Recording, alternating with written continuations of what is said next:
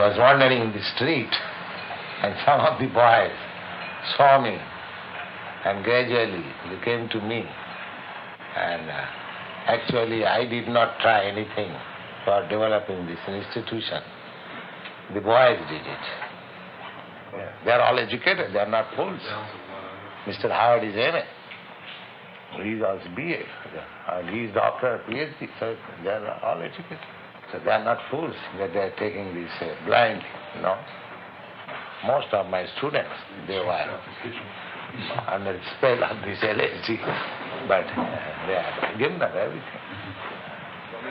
They're simply living on this chapati and some fruits, and that's all. They don't eat meat, they don't want wine, they don't want cigarette, they don't want tea, coffee, nothing. And they're chanting Hare Krishna, they're following my instruction.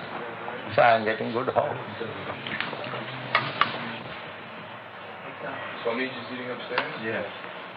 Meal is composed of rice and this soup, which we call dal, and a combination of vegetables, and the chapati, which is made out of whole wheat.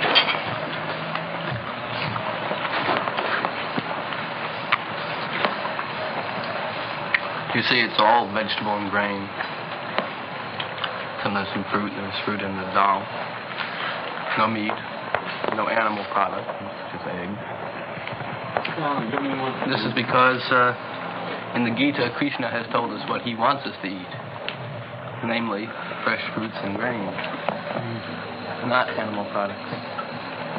And so we have a very delicious meal here. It's very cheap. It goes a long way. It's quite easy to prepare. And we have a lot of fun. Well, essentially, these are foods that are prescribed according to Orthodox Vaishnavite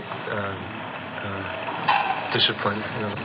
So these foods are prescribed, but we don't necessarily prescribe them for everybody. The main thing is no meat, fish, and eggs.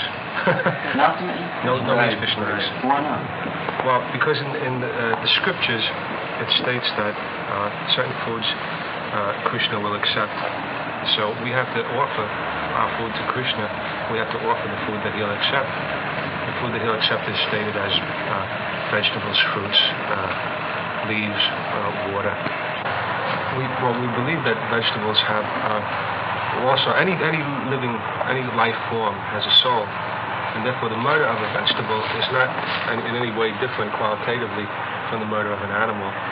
But the thing is that vegetables are our allotment according to Scripture. We can eat certain foods that are given to us to eat by God.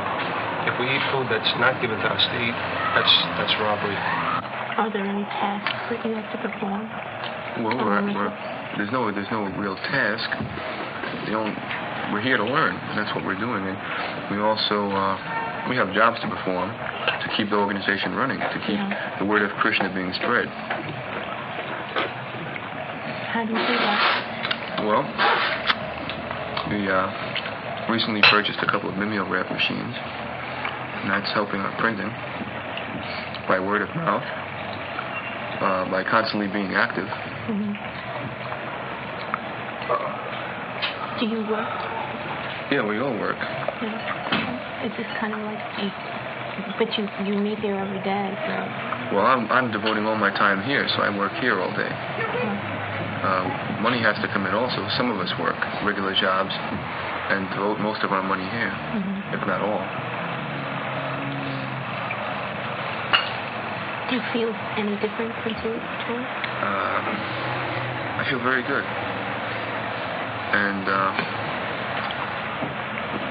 closer to God. What introduced you to this group? A friend of mine told me about Love Celebration at Tompkins Square Park, which was last Thursday, or Thursday before last. And I knew I had been seeking a guru for a while. So Krishna sent me there, and I was there. And after meeting some of the initiates, I knew that the Swami really had to be into something. So I came the very next morning, and I've been here since then. I came here in America in September 1965.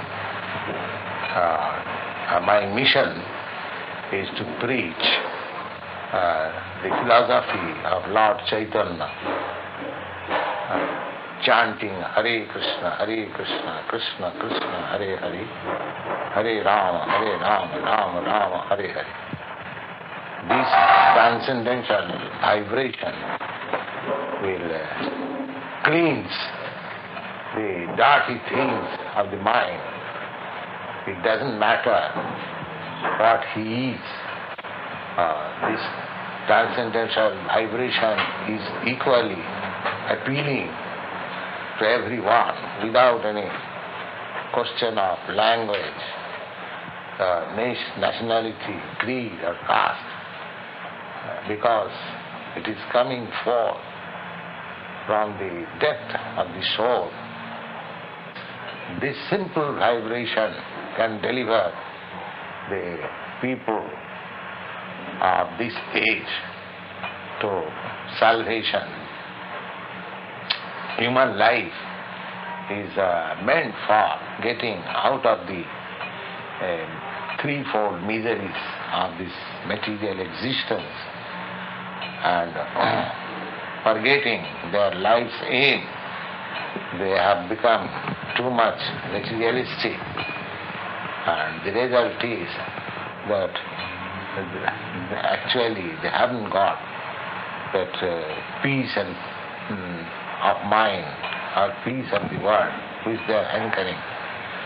And if they take to these chanting, transcendental vibration, their mind, the dirtiness of the mind will be cleared, and they can clearly see their actual identity as part and parcel of the Supreme Lord, or Krishna, and dovetailing their activities in that relationship, everything will be sublime.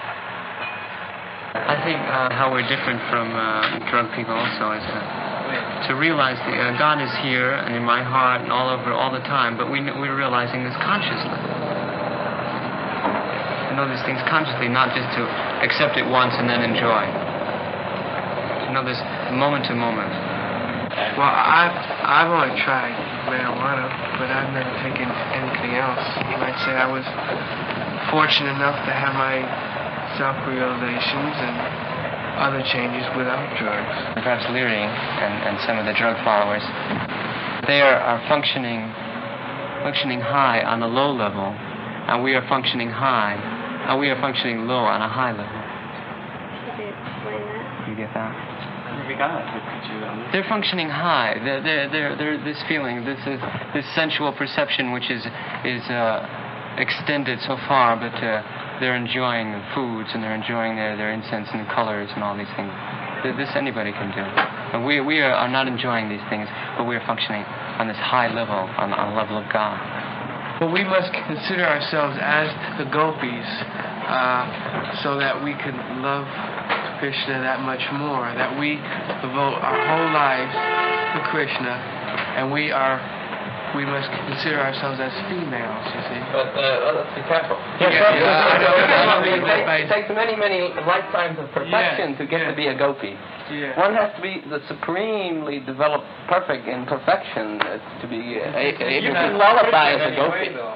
This is the ultimate. But the reason that one of the people mentioned before that being feminine is that when the masculine love and the feminine are love, and that you are feminine so that you can be loved by Krishna. Well, does this have anything to do with being celibate, or This has to do with heterosexual, or that the supreme being, of course, is male because he is Purusha, as they say in Sanskrit. That is, he is the origin, he is the creator. He is the seed, he plants the seed in the material universe of which we are the result. Therefore, we are the feminine. this is not Whole material creation. Well, are He you is the celibate? Supreme Father. That has nothing to do with it. Yeah. I may be, I may not be. This has nothing to do with it. I just came in and I was tired, and they said, if you're tired, go to sleep. Lay down here. I mean, it's the first day, and this is your first chanting session. Yeah, this is the first time that I've been into it at all. I came about the 1st of August. Ray was here a little earlier, I believe. I can't remember the ones. And then others, of course, have come within the last week. Right. But one thing which usually happens, those who come like this, they come and they just never go. Once you come, you stay. Because the Swami has something which you were looking for. Yeah. The first thing they did for us was give us our method of chanting, which is so powerful a method that it will work for anyone. In other words, you don't need to be the one person in a million who can really be successful in meditation yoga, where you have to spend years at that discipline without getting any place and then finally achieve it. Our method is so powerful that it will work for anyone in 2 days.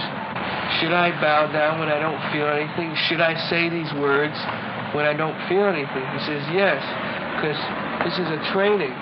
You see, you want to train yourself.